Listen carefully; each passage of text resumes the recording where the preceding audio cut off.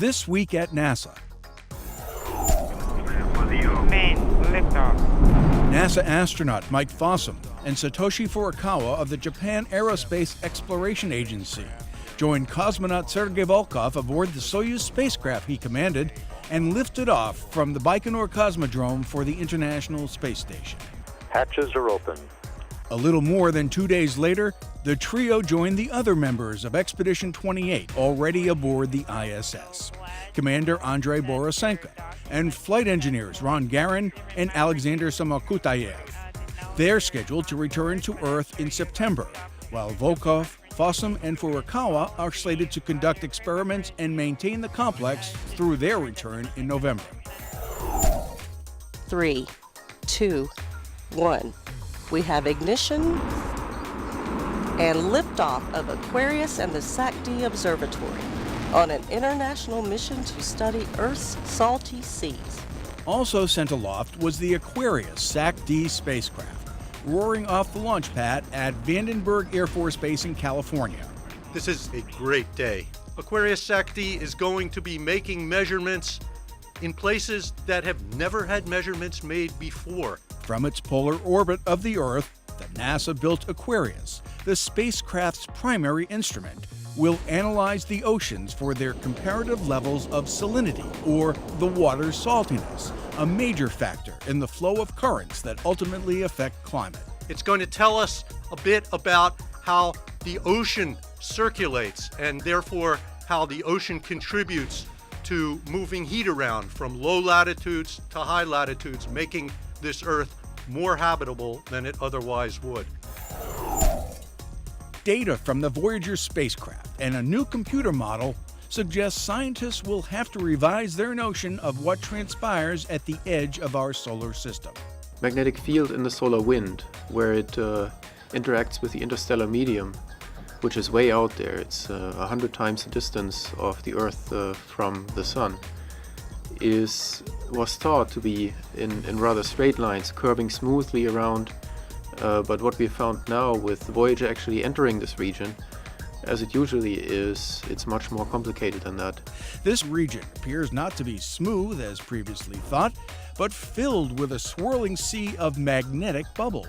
It was discovered by the two Voyager probes actually going into places where we've never been before, in combination with sophisticated high-end computer modeling that uses the existing information plus the new Voyager information to synthesize our new view that comes out of this.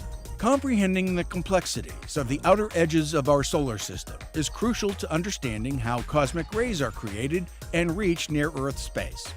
Galactic cosmic rays are a key concern as they can have a major impact on human space travel. Launched in 1977, the Voyagers have traveled farther from Earth than any man-made object. With about a month to go till the July 8th launch date targeted for Space Shuttle Atlantis, its 4 crew members continue to prepare for STS-135, the final mission of the Space Shuttle program. STS-135's commander, Chris Ferguson, pilot Doug Hurley, and mission specialist Sandy Magnus and Rex Walheim will use Atlantis to bring one last batch of supplies to the International Space Station before the shuttle fleet is retired. Well, I certainly feel honored to be part of the last crew. You know, I think that I feel the most honored about it is it requires a special skill set to operate with the crew for, and I'm very flattered that it's felt that I have that skill set that is needed to do that. I'm very, very flattered by that. Those newly released images of a space shuttle docked to the International Space Station are the first taken from the perspective of a Russian Soyuz spacecraft. On May 23rd, European Space Agency astronaut Paolo Nespoli took the pictures and video of the ISS and Endeavour on STS-134. Nespoli, along with Russian cosmonaut Dmitry Kondratyev and NASA astronaut Katie Coleman, were aboard the Soyuz that had just undocked from the station and was about to carry them back to Earth. Once their vehicle was about 600 feet from the station, Mission Control Moscow, outside the Russian capital, commanded the orbiting laboratory to rotate 130 degrees to provide Nespoli with his unique views of the station and the vehicle that helped build it. The The sun unleashed a medium-sized solar flare, a minor radiation storm, and a spectacular coronal mass ejection, a CME, from sunspot complex 1226-1227. The large cloud of particles mushroomed up and fell back down, looking as if it covered an area of almost half the surface of the sun. The Solar Dynamics Observatory, SDO, observed the flare's peak at 1:41 a.m. Eastern on June 7th. When viewed in the Solar and Heliospheric Observatories, or SOHO's coronagraphs, the event shows bright plasma and high-energy particles roaring from the sun. According to NASA models, the CME is shown moving at about 1,400 kilometers a second. It was like a roller coaster, something that really kind of shakes you around. Astronaut Doug Wheelock, who served as flight engineer on Expedition 24 and commander of the International Space Station for Expedition 25, was a guest speaker at the Glenn Research Center. Wheelock encouraged students from area schools to dream big when planning their education and career path. Wheels, as he is known in spaceflight circles, also shared with Glenn employees the highlights of his nearly 6 months aboard the ISS. I'm still standing there at the computer, and the alarms, and you'll hear those in the video.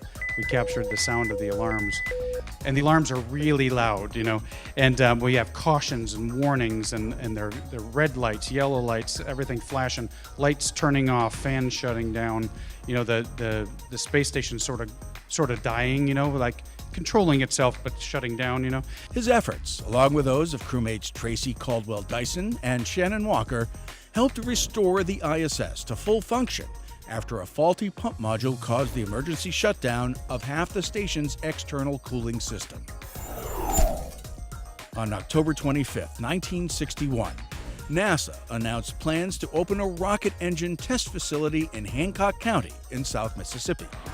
The result was the Stennis Space Center, and in honor of this milestone, Stennis opened its doors to the community to celebrate 50 years of contributions to the U.S. space program.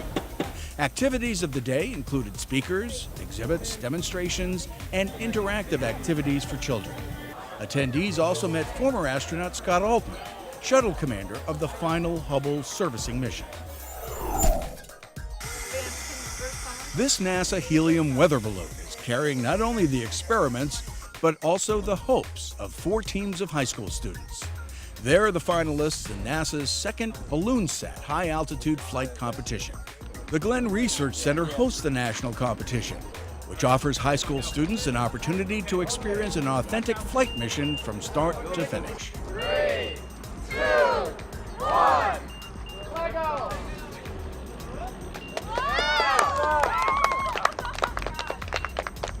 Released at Wyandotte County Airport in Upper Sandusky, Ohio, the balloon climbed to the stratosphere, a near-space environment 19 to 20 miles above sea level.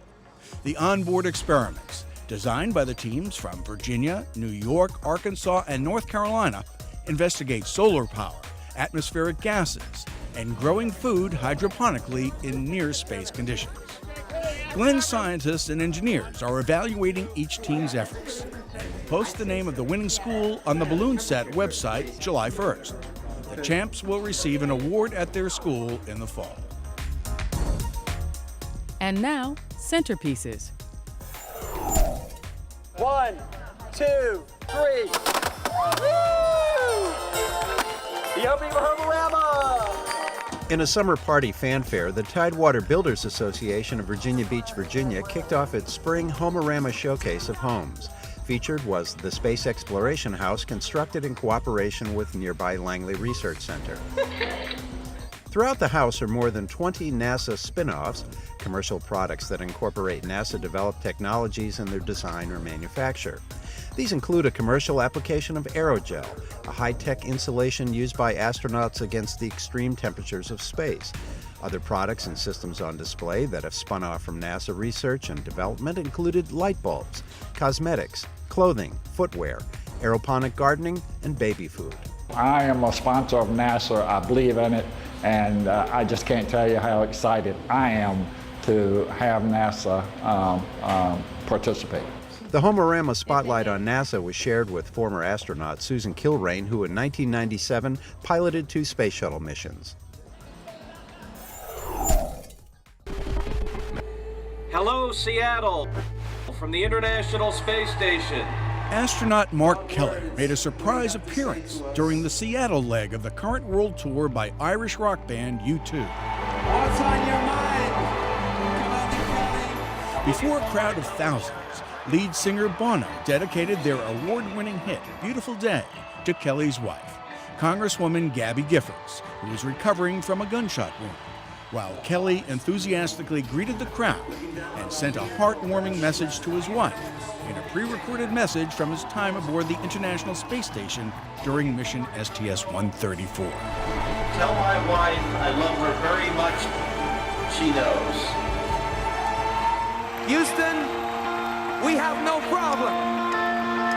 U2 has worked with NASA and the International Space Station throughout their tour, having previously linked up with Belgian astronaut Frank De Vinne, NASA's Mike Barrett, Bob Thirsk of the Canadian Space Agency, Koichi Wakata of the Japan Aerospace Exploration Agency, and others. And that's This Week at NASA. For more on these and other stories, log on to www.nasa.gov.